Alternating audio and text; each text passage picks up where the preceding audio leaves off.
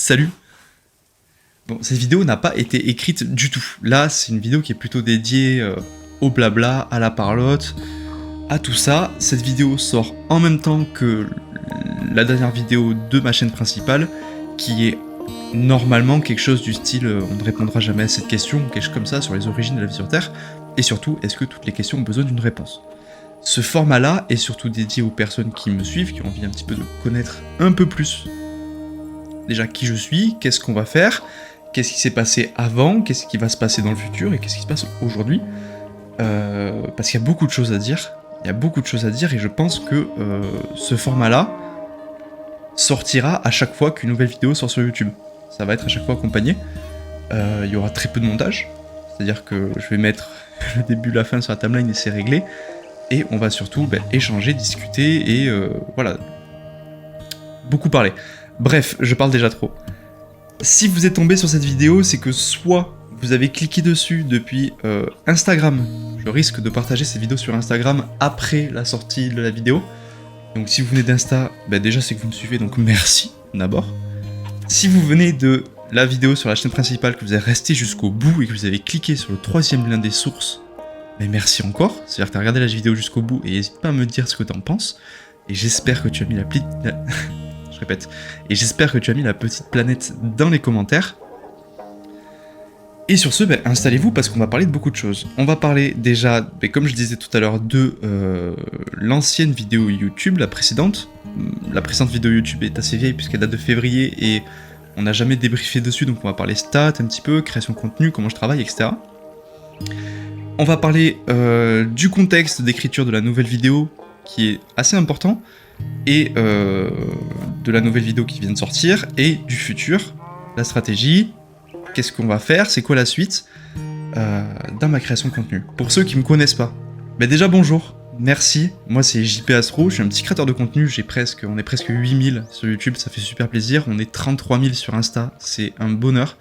Et à la base, je suis créateur de contenu short sur TikTok, Instagram, où en gros j'utilise divers petits logiciels pour créer du contenu lié surtout à l'espace. Et de temps en temps, je raconte un petit peu, je débunk, etc. Principalement du contenu short. Voilà, concrètement. Bon, je pense qu'on va rentrer dans l'art direct. On va rentrer dans l'art direct puisqu'on va parler statistiques, on va parler création de la dernière vidéo, où sont-ils tous bordel, et surtout répondre à un commentaire qui revenait souvent, qui est revenu peut-être 2-3 fois, que je trouve hyper intéressant. Donc c'est parti, j'ai les stats qui sont toutes là-dessus, on va les sortir en gros. Donc, mais où sont-ils tous bordel? C'est une vidéo qui traite principalement du paradoxe de Fermi. Le paradoxe de Fermi que j'avais envie d'aborder depuis un moment, avant la sortie de cette vidéo, ce qui est sorti en février, je rappelle, c'est la dernière que j'ai publiée sur YouTube. Mais on y vient après, on en parlera après de pourquoi, qu'est-ce qui se passe, etc. En gros, le but c'était de parler non seulement du paradoxe de Fermi, mais surtout peut-être accentuer sur le fait que le paradoxe de Fermi, au-delà d'être... C'est pas vraiment scientifique en fait le paradoxe de Fermi. C'est pas quantifiable, c'est pas calculable, c'est pas comme l'équation de Drake par exemple, c'est vraiment une méthode de calcul pour essayer de comprendre combien il y a de civilisations extraterrestres dans l'univers. Le paradoxe de Fermi, c'est plutôt un courant de pensée, c'est plutôt une réflexion, c'est même pas vraiment un paradoxe finalement, parce que y a des réponses au paradoxe de Fermi, et le but d'un paradoxe, c'est qu'il n'y ait pas de réponse. Donc c'est pas vraiment un paradoxe, c'est plutôt un courant de pensée, et on creuse le côté où est-ce que le paradoxe de Fermi, c'est vraiment... ou plutôt, est-ce que le paradoxe de Fermi, c'est pas plutôt un reflet des peurs de l'humanité, et est-ce que l'humanité n'a pas plutôt peur de s'éteindre, ou de faire face à des barrières infranchissables, qui fait qu'elle ne pourra peut-être jamais contacter d'autres civilisations extraterrestres? Vous connaissez mon idée sur le sujet, parce que je suis pas un grand optimiste sur l'existence de civilisations extraterrestres. Pour moi, ça n'existe pas forcément, l'humanité est déjà exceptionnellement rare, et exceptionnellement avancée, donc pour moi ça n'existe pas forcément. Mais en tout cas, c'est hyper intéressant de creuser un petit peu ce sujet, et qu'est-ce qu'il en ressort? Comment s'améliorer en tant qu'être humain pour pouvoir s'élever, et peut-être aller chercher et conquérir l'espace. Donc c'était un petit peu le but de cette vidéo sur le paradoxe de Fermi. Niveau processus de création, il n'y a pas grand chose à raconter en fait d'habitude, notamment par exemple là en public sur ma vidéo il y a le calcul de Drake qui est sur un format de production qui est assez classique. Le paradoxe de Fermi qui a pareil un format de production un peu classique, on reviendra plus tard sur ce que j'appelle classique. Contrairement par exemple à la chasse aux exoplanètes où cette étoile n'a rien à faire là, qui sont sur un format de production plus similaire à ce que j'ai fait sur la dernière vidéo. Voilà. Bon, revenons sur le paradoxe de Fermi. Concernant le paradoxe de Fermi, la vidéo a fait actuellement 8000 vues, c'est ce que je trouve celle qui a fait le plus de vues sur ma chaîne YouTube actuellement, et j'avoue que je suis assez content. Je m'attendais pas à avoir autant de vues. Avec, voyons, un engagement... avec un total de 1600 heures de visionnage, ce qui est pareil, vraiment cool, c'est celle qui a le plus d'heures de visionnage en cours sur ma chaîne, et je trouve ça hyper intéressant. Alors, qu'est-ce qu'il y a à tirer de cette vidéo? Tout d'abord, ce dont j'avais envie de parler, c'est surtout les miniatures, en termes de statistiques, parce que la miniature, c'est hyper important. Là, on est sur un taux de clic de 5,4%. Je sais pas vraiment ce que ça représente, si c'est bien ou pas, est-ce qu'on peut améliorer, est-ce qu'on peut aller chercher mieux, c'est pour ça que j'ai essayé avant, je faisais des, j'avoue, hein, je faisais des miniatures IA, je mettais un texte par-dessus et j'envoyais ça, ce qui est pas ouf. Là maintenant, je retravaille les miniatures sur Photoshop, etc.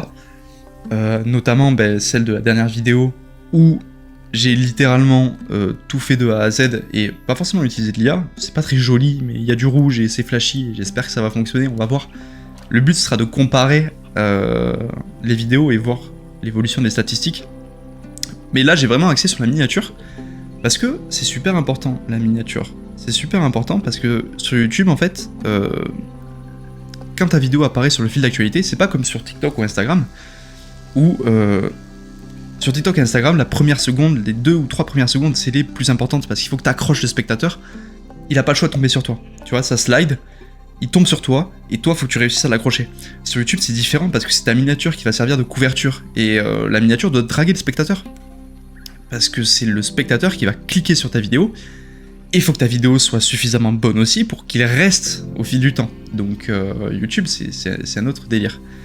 Donc c'est pour ça que j'ai travaillé sur les miniatures, on va voir s'il y a une évolution sur le taux de clics sur cette vidéo-là, c'est là-dessus que je vais insister.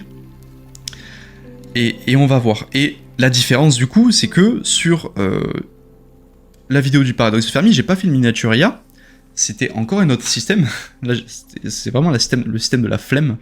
C'est-à-dire que j'ai capturé un moment de la vidéo, que j'ai mis en miniature, que je trouvais stylé, et puis c'est réglé. Donc niveau flemme, on est vraiment au prime pour le coup sur ça. Et alors, le moment de la vidéo est stylé, mais bon, c'était pas vraiment le bon... je sais pas si vous voyez, la miniature ça ressemble à ça. Attendez, est-ce que je peux vous montrer? C'est celle-là la miniature. En vrai, elle est stylée, mais je pense qu'on peut faire mieux. Je pense qu'on peut clairement faire mieux. Donc voilà. Objectif, la prochaine vidéo qu'on va voir ensemble, c'est est-ce que travailler ces miniatures soi-même, c'est ok ou pas? Deuxième chose, les commentaires, parce que à la base, moi je voulais vous parler des commentaires.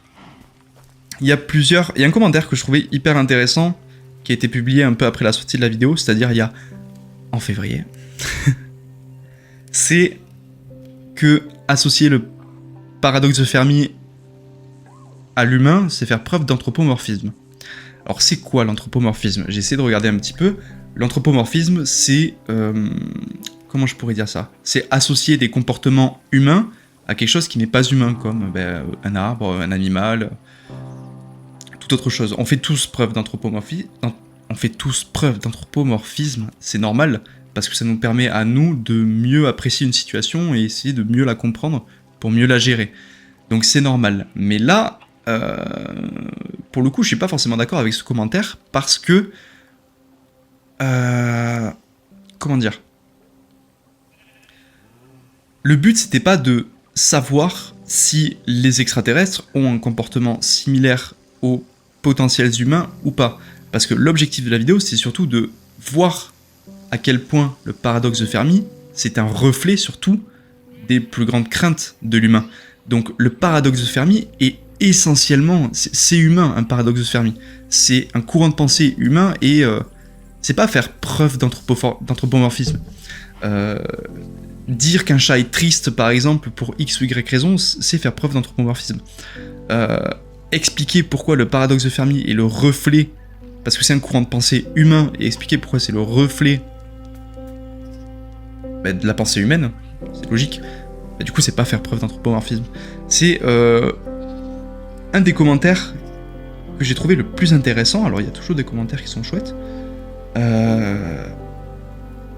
Mais en gros, voilà. Il n'y a pas grand-chose à dire sur cette vidéo-là parce que voilà, elle est sortie en février et ça fait un moment. On en reparlera dans le futur de la chaîne et qu'est-ce qui est prévu. Si, encore une chose, au niveau du processus de création, justement, comment je travaille, le paradoxe de Fermi, je l'ai produit dans un format relativement classique. C'est-à-dire que, en gros, je pose ma caméra, mon trépied, je tourne. Je crois que j'avais eu un problème, il me semble, en plus dessus. Bref, je tourne, je mets sur mon logiciel de montage, je fais mon montage et c'est terminé. On va le voir après, sur la vidéo qui vient de sortir, donc les origines de la vie sur Terre, la question qui n'aura pas de réponse. Ce n'est pas du tout le même système de production, et c'est un système que je préfère pour plein de raisons. Et on va voir après pourquoi. Bref, on va justement parler de cette vidéo-là. Il est temps qu'on mette un petit peu de contexte. Les origines de la vie sur Terre, la question qui n'aura jamais de réponse. On va parler de cette vidéo-là, vous venez certainement de celle-là, et comment dire, elle s'inscrit dans un contexte qui est assez différent de ce dont j'ai l'habitude. C'est-à-dire que à la base, comme je disais dans la vidéo, j'étais en train d'écrire et de... même presque fini d'écrire, j'étais en train de préparer la production d'une vidéo qui était beaucoup plus grosse, qui était vraiment énorme, mais le problème c'est que j'arrivais pas à trouver de sous-messages qui étaient intéressants, j'arrivais pas à trouver de conclusions qui étaient intéressantes liées à ce sous-message-là, j'arrivais pas à tout lier correctement, ce qui fait que ça me prenait un temps monstrueux, et j'en étais à un point où, alors vous l'avez vu, j'ai appris à utiliser des logiciels 3D que j'estime, je m'améliore peut-être un peu, mais du coup ça aussi ça me prend énormément de temps, surtout que je voulais tout faire sur Cycle, en termes de moteur de rendu, pour ceux qui connaissent un peu Blender. Il y a Eevee, c'est du temps réel, ça va très vite, et Cycle c'est très long, surtout quand on a un PC qui est performant, mais le mien est performant mais pas trop non plus, on n'est pas sur un monstre de guerre. Donc c'est très long Cycle. Et comment dire que 1h30 de rendu par plan, c'était juste pas possible. Et j'en étais à un point où j'arrivais pas à trouver de musique qui correspondait avec ce que je voulais faire. Donc voilà. Ok, petit cut, la carte SD était pleine. Donc je veux dire, j'en étais à un point où j'arrivais pas à trouver des musiques qui correspondaient avec le ton de la voix que je voulais employer, donc j'étais carrément à un point où je voulais apprendre à faire des musiques. Et ça, c'est pas possible. C'est-à-dire que déjà que je mets trop longtemps à produire une vidéo, là, ça fait depuis trop longtemps, donc c'était pas possible. Que ça soit le contenu short ou même du coup la création de cette fameuse vidéo YouTube qui m'a fait poser beaucoup de questions, notamment sur comment je fais pour travailler sur YouTube, et beaucoup de questions personnelles sur lesquelles j'aurais jamais de réponse. Et c'est un peu là l'écho, c'est un événement qui m'a assez travaillé, et qui a pas été facile, qui m'a fait poser beaucoup de questions sur lesquelles sur le moment j'aurais jamais de réponse. Et c'est un peu con dit comme ça, mais ça permet de s'inspirer, on y vient. Et voilà, les choses se passent. Deuxième chose que je remarque, ça fait maintenant plus de 2 ans que je fais du contenu short sur TikTok et sur Instagram. Sur Instagram, ça marche peut-être un petit peu mieux que sur TikTok, mais clairement, ça ne marche absolument pas comme j'aurais aimé que ça fonctionne. Peut-être parce que je sais pas, c'est peut-être pas mon genre, ce genre de format-là, parce que j'arrive pas à m'adapter, ou ce genre de choses-là. Voilà, j'ai discuté avec des potos, hein, je parle un petit peu avec Mike Science par exemple, qui m'a donné quelques conseils et tout. Sur la création de contenu, il me disait que je prenais mon temps, etc. Et que sur TikTok, c'est pas le cas. Bref, sur TikTok, il faut pas prendre son temps. Donc peut-être que la création de contenu short, c'est pas fait pour moi, ça veut pas dire que j'arrête, parce que j'aime bien toujours faire ce genre de petit contenu avec mes logiciels, etc. Je trouve ça fun. Mais peut-être que c'est pas fait pour moi. Et c'est dans tout ce contexte-là que s'inscrit l'écriture de la vidéo des origines de la vie sur Terre. Le script devait raconter, à la base, ça devait partir loin, c'est-à-dire que je pars toujours très loin. À la base, je voulais faire une espèce de petite animation 3D avec un personnage qui partait découvrir des choses et tout, mais je me suis dit que c'était peut-être pas nécessaire et que ça allait sortir le spectateur de la vidéo. Pour ceux qui n'ont pas vu la vidéo, je vous invite à aller la voir, parce que ici, évidemment, on va parler de la création de cette vidéo-là, donc ça risque de beaucoup spoil, donc si vous n'avez pas envie de vous faire spoil cette vidéo, allez la voir en entier, et après revenez. Bref. De toute façon, elle sera dans les fiches, dans tous les cas, de cette vidéo-là. Bref, donc, vient l'écriture de cette vidéo-là. J'avais envie de parler d'une question qui n'a pas de réponse, fondamentalement, c'est-à-dire que les origines de la vie sur Terre, on ne trouvera peut-être jamais de réponse à cette question. Il y a le chat qui joue derrière. On ne trouvera peut-être jamais de réponse à cette question, et donc c'était hyper intéressant de utiliser ce sujet-là pour rebondir sur le fait que est-ce que toutes les questions ont réellement nécessairement besoin d'une réponse? Moi je pense que non. Je l'explique dans la vidéo, pourquoi. Et donc voilà, c'est dans ce contexte-là que s'inscrit cette vidéo, ça va être un véritable, pour moi, dans la création de contenu, ça va être un virage. Mais on y reviendra après, dans le futur de la chaîne. En gros, l'objectif de la vidéo, c'est poser la question, est-ce que toutes les questions ont besoin d'une réponse? Dans l'écriture, notamment, dès le départ, on voit que c'est assez gai, on est enthousiaste, on a envie de partir, c'est parti, comment ça se passe, est-ce que la vie ça se trouve, tu vois, il y a des petites blagues, ça rigole au début, il y a même un petit bruit de paix et tout, ça rigole, mais plus on avance au fur et à mesure, de la vidéo, plus ça tombe dans c'est sombre en fait, avec la fin de la vidéo où le personnage galère à raconter, il y a beaucoup d'hésitation, d'hésitation, l'ambiance est beaucoup plus sombre à la fin, et le but c'était d'illustrer un petit peu la descente aux enfers de cette personne qui se tue à essayer de répondre à une question qui n'a fondamentalement pas de réponse. Et j'espère que le message est bien passé, et j'espère que ça marche en fait, que c'est ok, et que ça vous a plu. Voilà. Du coup, comment je crée cette vidéo? Parce que depuis tout à l'heure, je vous explique que je tourne, je monte et j'envoie. Sauf que sur cette vidéo-là, j'utilise un format que je préfère faire, qui me permet d'avoir une vision plus globale. C'est-à-dire que je tourne, je ne monte pas de suite, puisque à chaque fois qu'on voit mon visage, donc au début et à la fin, c'est des plans que j'ai réutilisés du moment où j'ai tourné. Par contre, le reste de la vidéo, je l'ai directement enregistré pendant le montage. En fait, ça sert à quoi? Ça sert... Moi, je préfère parce que ça me permet d'avoir une vision d'ensemble de la vidéo, où certains éléments, par exemple, auxquels j'aurais pas pensé au moment du tournage, que j'avais pas écrit non plus, parce que à la base j'avais une idée, mais en fait l'idée change, etc. Notamment par exemple le tableau d'épreuve, qui est un élément central de la vidéo et qui, pour le coup, est arrivé pendant le montage. La porte, ça c'est arrivé sur la fin, parce que je trouvais que la porte c'est fou.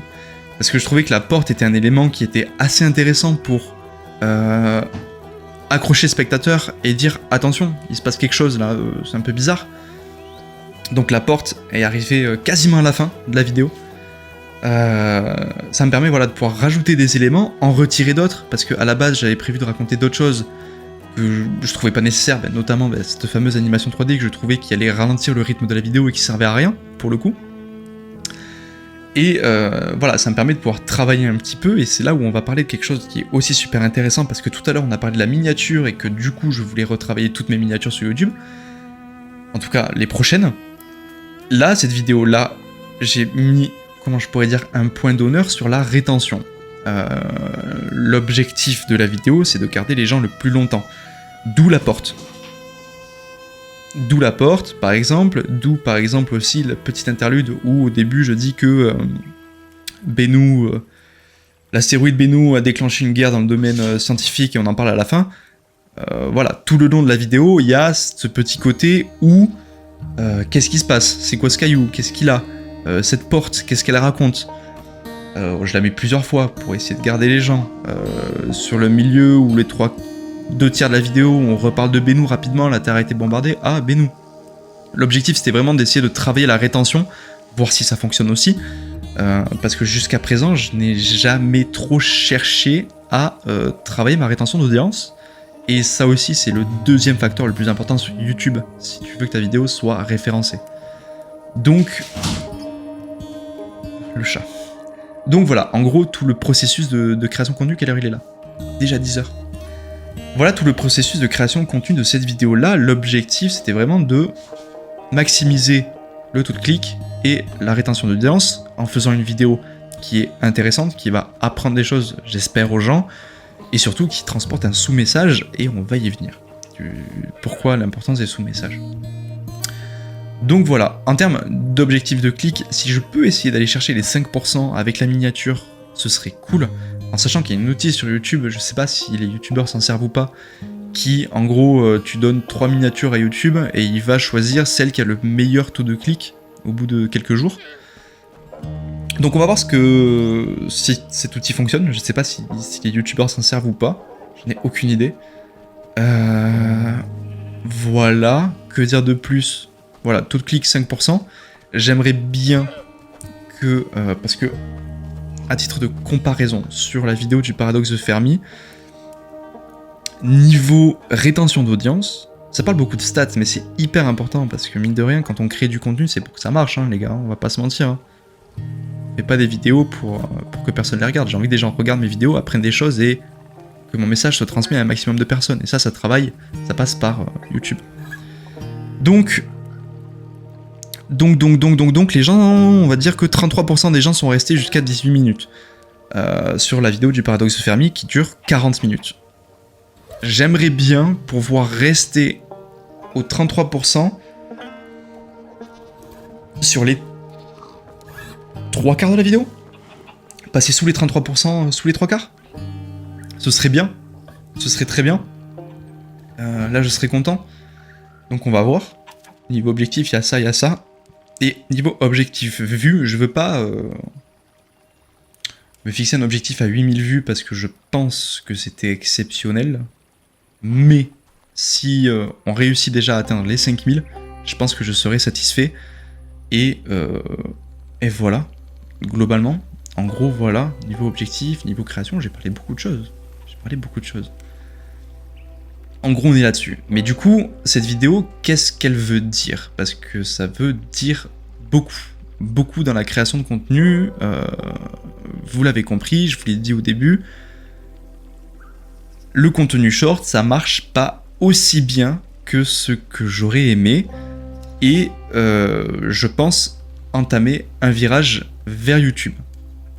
Pourquoi ce virage vers YouTube? Parce que je trouve que YouTube, c'est peut-être une plateforme qui me correspond mieux dans la création de contenu, avec des vidéos plus posées, plus travaillées. Ah, j'ai oublié de parler quelque chose aussi de super important, c'est que la vidéo, du coup, chaque plan que vous voyez dans la vidéo, c'est moi qui les ai fait entièrement. Je suis hyper content. Que ça soit donc les rendus sur Blender. D'ailleurs, sur Blender, j'ai essayé de faire quelques rendus avec Cycle. On voit la différence entre Cycle et Eevee, notamment les tout premiers sur Cycle avec le tout premier plan de la vidéo avec par exemple les deux messieurs, le petit et le grand, avec la lumière et tout qui tourne et tout. Ça c'est sur Cycle. Cycle, c'est un rendu de lumière qui est beaucoup plus joli que Eevee. Ça permet de faire beaucoup plus de choses, c'est beaucoup plus réaliste aussi, donc c'est mieux. Mais le gros problème de Cycle, c'est que ça prend énormément de temps à rendre. Et je voulais pas retomber dans la spirale du faire une vidéo qui est beaucoup trop longue et beaucoup trop travaillée pour le rendu que ça va avoir et que personne ne remarque, donc ça sert à rien. J'ai préféré basculer sur Eevee, comme ça, dites-vous, hein, en termes de temps de rendu, pour une même séquence, sur Cycle c'est du 1h30, presque 2h, sur Eevee c'est du 2 minutes, donc ça n'a rien à voir. Ça n'a rien à voir, et ça m'a permis d'accélérer la production. J'avais peur de pas sortir la vidéo dans les temps avec Cycle, donc avec Eevee on est là aussi. J'ai abandonné le fait de faire mes propres musiques parce qu'on peut pas être bon partout, faut spécialiser quelque part. Donc je me spécialise plutôt dans le montage, hein, ça va être mieux. Et niveau vidéo, du coup j'utilise les vidéos de Artlist. L'entièreté des vidéos que j'ai utilisées, c'est des vidéos Artlist qui sont d'une qualité exceptionnelle. Et les vidéos au violon et tout, je trouve ça magnifique. Je trouve ça magnifique, ça colle super bien. Et quand j'ai entendu la petite musique Western Spaghetti, oh, c'était exceptionnel. Je me suis dit, il faut que je la mette. Il faut que je la mette. Pour parler de Titan et tout, c'est indispensable. Bref, voilà. Je pense qu'on a déjà assez parlé de la vidéo des origines de la vie sur Terre. Dites-moi si vous l'avez vu ou pas, ce que vous en avez pensé, quels sont les axes à améliorer, si vous l'avez regardé. Voilà, dites-moi tout ça, ça m'intéresserait. Le but aussi, c'est qu'on échange. Et vient donc le futur. Comme on l'a dit, je le répète, Insta TikTok, ça marche pas comme je l'aurais aimé. Le but, c'est pourquoi pas donc d'orienter un virage vers YouTube. Vers YouTube avec du contenu plus travaillé, avec du, comme j'ai fait là, c'est-à-dire avec du rendu 3D, avec un texte qui est beaucoup plus travaillé que ce que je peux faire sur Instagram, et bref, du contenu beaucoup plus quali, et moins de quantité. Je discutais avec Indiana Space il y a pas longtemps, qui lui du coup est plutôt sur un autre créneau, qui fait des vidéos qui sont géniales, j'adore ça, et surtout il envoie beaucoup de vidéos, il en fait beaucoup lui. Je crois que par mois il en fait 2 ou 3, c'est une ou deux, au moins une par semaine je crois. On va aller voir sa chaîne. C'est au moins une par semaine qu'il fait.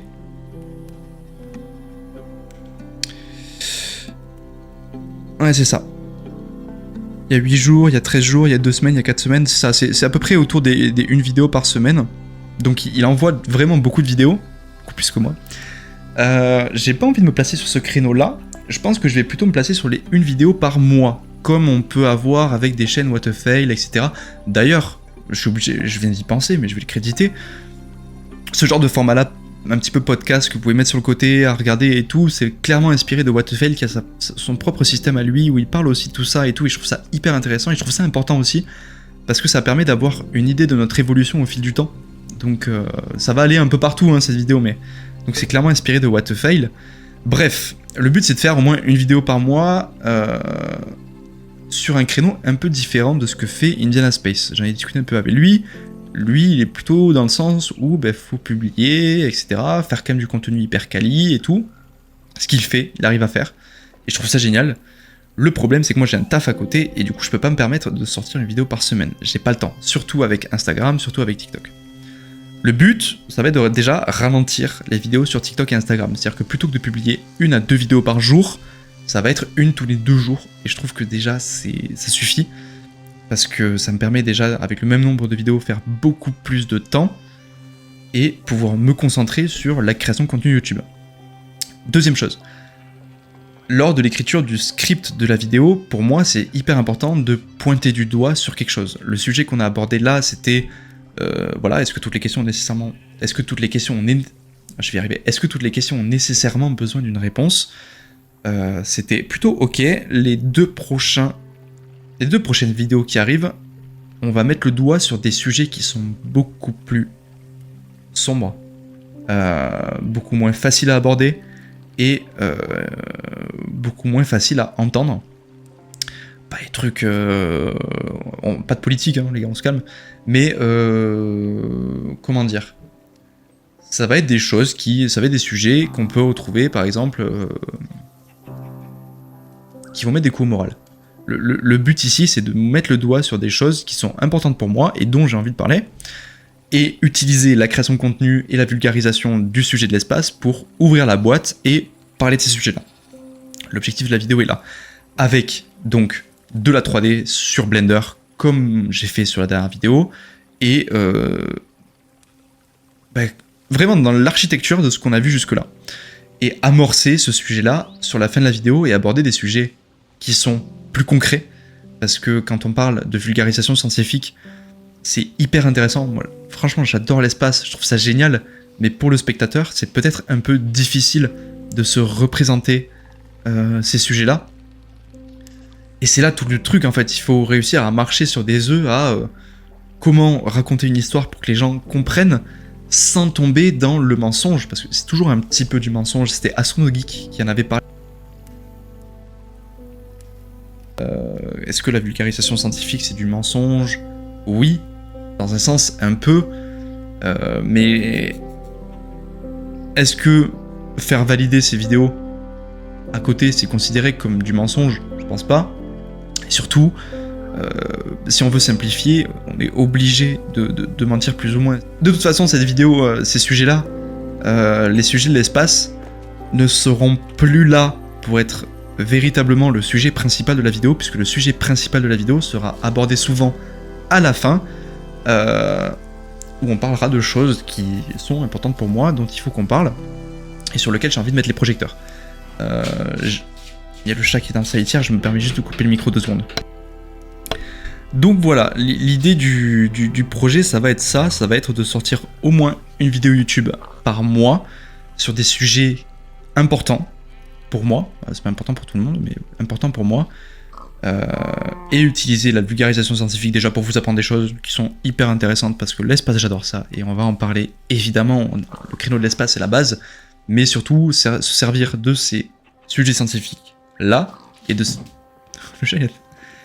servir de ces sujets scientifiques-là comme tremplin pour d'autres sujets un peu plus profonds. Profonds, je pense que c'est le bon mot. Des sujets un peu plus profonds et qui méritent aussi d'être mis en lumière. Le chat qui est encore en train de jouer. Mais en gros, voilà. Donc, ralentir les vidéos TikTok et Instagram, mais sans les arrêter. C'est-à-dire qu'on va rester, je pense, sur mon créneau, l'utilisation du petit logiciel sympa et tout. Parce que j'aime faire ça, et c'est important, et j'ai une communauté aussi qui me suit pour ça, et si vous me suivez, si vous venez d'Instagram, je pense que c'est important pour vous aussi de continuer à alimenter ce compte, et d'utiliser ce logiciel, surtout qu'il a fait une mise à jour il y a pas longtemps, le petit logiciel que j'utilise pour avec 3i Atlas, donc vous avez compris, on va pas lâcher cet astéroïde, mais en gros, voilà. En gros, voilà, le futur de la chaîne, c'est surtout entamer un gros virage vers YouTube, en espérant que ça fonctionne peut-être un peu plus comme je le veux.